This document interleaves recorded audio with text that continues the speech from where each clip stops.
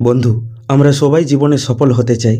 আমরা সবাই আমাদের লক্ষ্যগুলোকে পূরণ করতে চাই, কিন্তু আমাদের মধ্যে বেশিরভাগ মানুষই আমাদের লক্ষ্য বা স্বপ্নগুলোকে পূরণ করে উঠতে পারি না। কিন্তু কেন? আজ আমরা এই ভিডিওতে সেটাই জানতে চলেছি।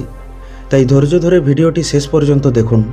চলুন শুরু করি একটি কাহিনীর মাধ্যমে। এক গুরু তার কিছু শিষ্যকে নিয়ে নিজের আশ্রমে বসবাস করতেন। আশ্রমের কাছেই একটি ঘন জঙ্গল ছিল। একদিন গুরু দেখেন তার এক শিষ্য একটি সিংহের বাচ্চাকে কোলে নিয়ে তার দিকে এগিয়ে আসছে। তা দেখে গুরু সহ আশ্রমের বাকি শিষ্যদের মনে কৌতূহল সৃষ্টি হলো। শিষ্যটি গুরুর কাছে এসেই গুরুকে প্রণাম করল আর বলল, হে গুরুদেব, আজ সকালে আমি যখন জঙ্গলে কাঠ কাটতে গিয়েছিলাম তখন আমি অন্য দিনের তুলনায় আজ একটু বেশি গভীরে চলে গিয়েছিলাম।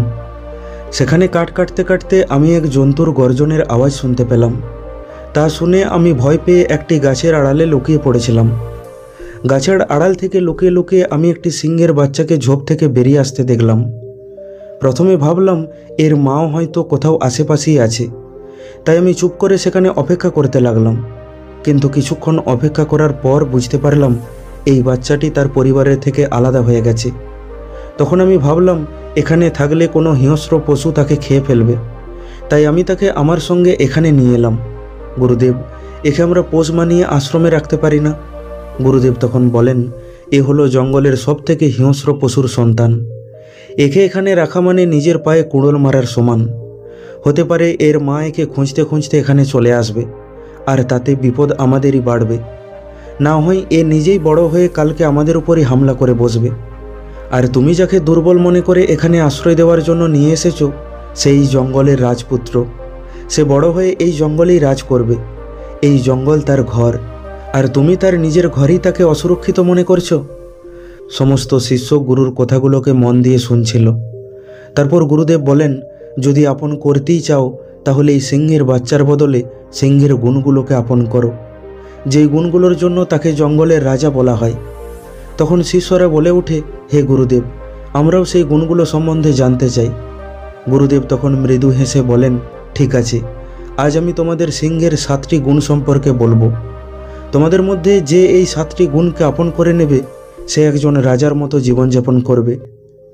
তারপর গুরুদেব বলেন, সিংহের প্রথম গুণ হলো একান্তে বসবাস, মানে একান্তে থাকা। সিংহ যতটা ভয়ানক ততটাই শান্ত এবং গম্ভীর। সিংহের মধ্যে গরু ছাগলের মতো দল বেঁধে থাকার অভ্যাস থাকে না। তারা কুকুরের মতো সবসময় চিৎকার করে না। ভেড়ার মতো না বুঝে শুনে কারোর পিছনে যেতে পছন্দ করে না। সিংহ একটি গম্ভীর স্বভাবের প্রাণী।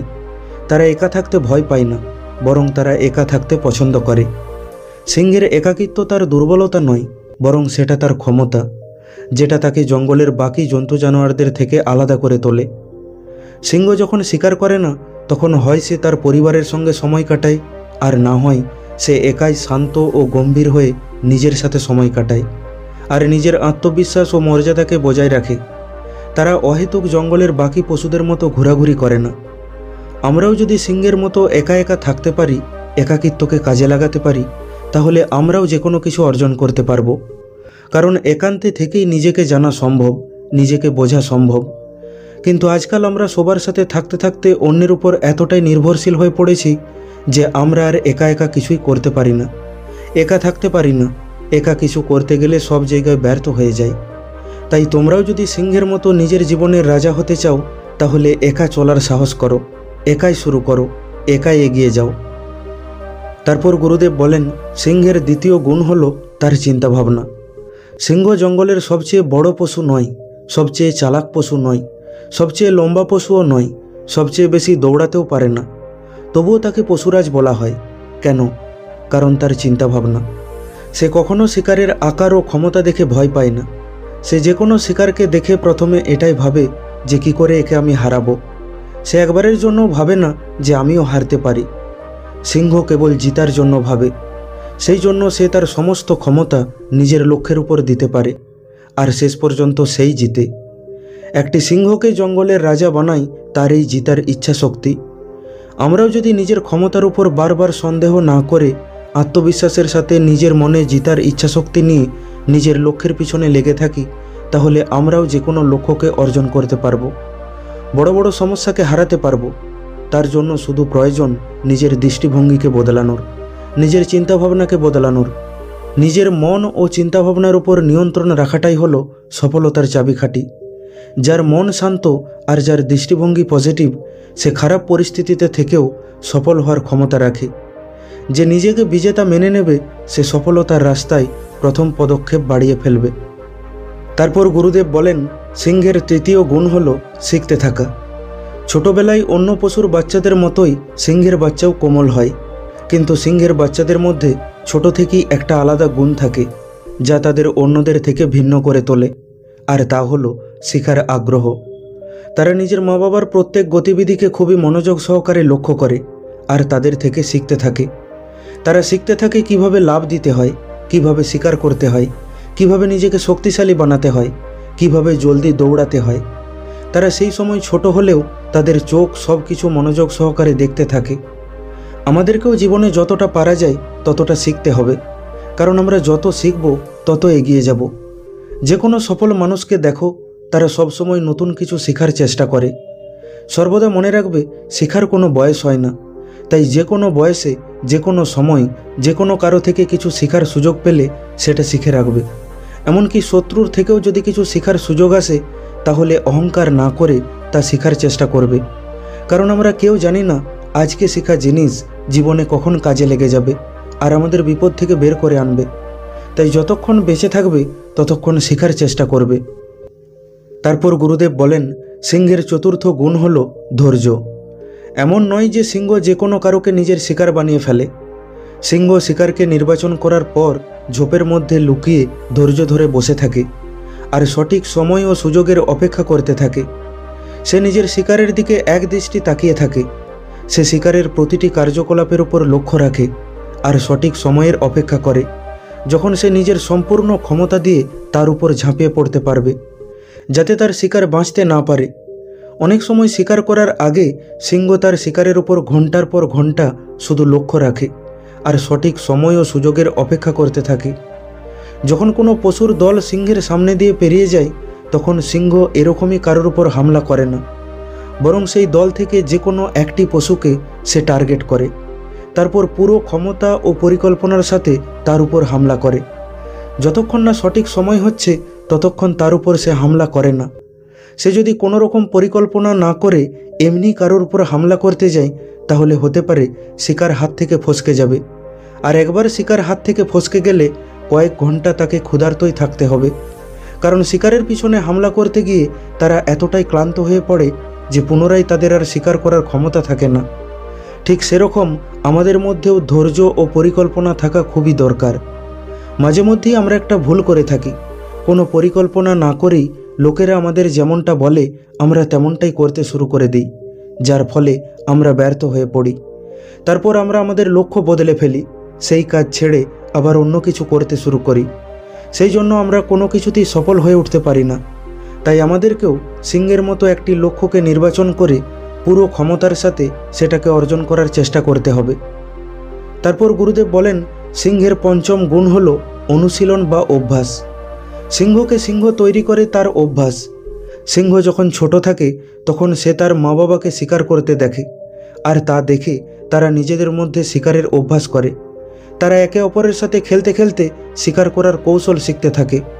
তারপর তারা যখন একটু বড় হয়ে ওঠে তখন তারা প্রথমে ছোট ছোট জন্তুর শিকার করতে থাকে, আর এভাবেই তারা একদিন নিপুণ শিকারী হয়ে ওঠে। অনুশীলন এমন একটি জিনিস যা যে কাউকে সফল বানাতে পারে।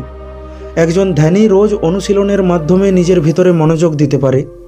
এক যোদ্ধা রোজ অনুশীলনের মাধ্যমে এক মহান যোদ্ধা হতে পারে। যে ঠিকভাবে অনুশীলন বা অভ্যাস করবে সে যে কোনো সমস্যার মুখোমুখি করতে পারবে। তারপর গুরুদেব বলেন, সিংহের ষষ্ঠ গুণ হলো তার নির্ভীক স্বভাব। সিংহ যে কোনো জন্তুর সাথে লড়াই করতে পারে। সে লুকিয়ে লুকিয়ে শিকার করলেও প্রয়োজন পড়লে সে যে কোনো জন্তুর মুখোমুখি হওয়ার সাহস রাখে। কেউ তার উপর হামলা করলে নির্ভীক হয়ে তার মোকাবিলা করতে জানে। যে কোনো যুদ্ধে জয়লাভ করার প্রথম যে সূত্র, সেটা হলো নির্ভীক হয়ে নিজের সবটুকু দিয়ে লড়াই করা, আর সেটা সিংহ খুব ভালো করে জানে। ঠিক সেরকমই আমরাও যদি কোনো সমস্যাকে ভয় না পেয়ে সাহসের সাথে তার মোকাবিলা করি, তাহলে আমরাও যে কোনো যুদ্ধ জিততে পারি। আমাদের জীবনে যতই সমস্যা থাকুক না কেন, দুঃখ আমাদের যতই ঘিরে রাখুক না কেন, আমাদের জীবনে যতই বাধা আসুক না কেন, আমাদেরকে নির্ভীক হয়ে তার মোকাবিলা করতে হবে। সিংহের মতো গর্জন করে তার সামনে দাঁড়াতে হবে। তারপর গুরুদেব বলেন, সিংহের সপ্তম গুণ হলো ততক্ষণ লক্ষ্যের পিছনে দৌড়াও যতক্ষণ না তাকে অ্যাচিভ করতে পারছো। সিংহ একবার যখন তার শিকারকে নির্বাচন করে ফেলে, তখন সে তার সমস্ত ক্ষমতা দিয়ে তার পিছনে দৌড়াতে থাকে। সিংহ তখন তার শিকারের পিছনে এমনভাবে দৌড়ায় যেন এটাই তার জীবনের শেষ দৌড়। কারণ সে জানে একবার শিকার ফসকে গেলে বেশ কয়েক ঘন্টা সে আর শিকার করার অবস্থায় থাকবে না, সে খুব ক্লান্ত হয়ে পড়বে। তাই সে শিকারকে ধরার জন্য তার সম্পূর্ণ ক্ষমতা ব্যবহার করে ফেলে। আর যে এত সততা ও একাগ্রতার সাথে লক্ষ্যকে ধাওয়া করে, সে বেশিরভাগ সময়ই সফল হয়ে ওঠে। তাই সিংহ দু একটা সময় ছাড়া বেশিরভাগ সময়ই জিতে যায়। আমাদের জীবনেও এটা হয়ে থাকে। আমরাও যদি সততা ও একাগ্রতার সাথে আমাদের লক্ষ্যের জন্য পরিশ্রম করি, তাহলে আমরাও বেশিরভাগ ক্ষেত্রেই জিতে যাব। আমাদেরকেও একটা লক্ষ্যকে নির্বাচন করে তার পিছনে সিংহের মতো হাত ধুয়ে লেগে পড়তে হবে। তবেই আমরা আমাদের লক্ষ্যকে অর্জন করতে পারবো, স্বপ্নগুলোকে পূরণ করতে পারবো। সব শিষ্য গুরুর কথা খুবই মনোযোগ সহকারে শুনছিল। তারপর গুরু একটু গম্ভীর স্বরে বললেন, জঙ্গলে সবাই শিকার করতে চায়, কিন্তু সবাই শিকার করতে পারে না। কারণ শিকারের জন্য সবাই এই রকম পরিশ্রম করতে পারে না। আমাদের মধ্যেও সবাই সফল হতে চায়, কিন্তু তার জন্য কঠোর পরিশ্রম সবাই করে উঠতে পারে না। কেবলমাত্র কিছু মানুষই সেই পরিশ্রম করতে পারে। তাই কেবল কিছু মানুষই সফল হতে পারে, নিজের স্বপ্নগুলোকে পূরণ করতে পারে। আমাদের স্বপ্নগুলো যত বড় হবে, আমাদের পরিশ্রমও ততটাই বাড়াতে হবে। সিংহের মতো আমাদেরকেও নির্ভীক ও একাগ্র হয়ে নিজের লক্ষ্যের পিছনে দৌড়াতে হবে। নিজের স্বপ্নগুলোকে পূরণ করার জন্য নিজের সবটুকু দিয়ে চেষ্টা করতে হবে। তারপর গুরুদেব চুপচাপ হয়ে গেলেন। এরপর সেই শিষ্যটি সিংহের বাচ্চাটিকে পুনরায় জঙ্গলে ছেড়ে দিয়ে আসে, আর সবাই নিজের নিজের কাজে লেগে পড়ে। বন্ধু, আশা করি ভিডিওটি থেকে আপনি কিছু শিখতে পারলেন। ভিডিওটি কেমন লাগলো কমেন্ট করে অবশ্যই জানান। ভালো লাগলে লাইক করে দিন আর আপনজনের সাথে শেয়ার করে নিন।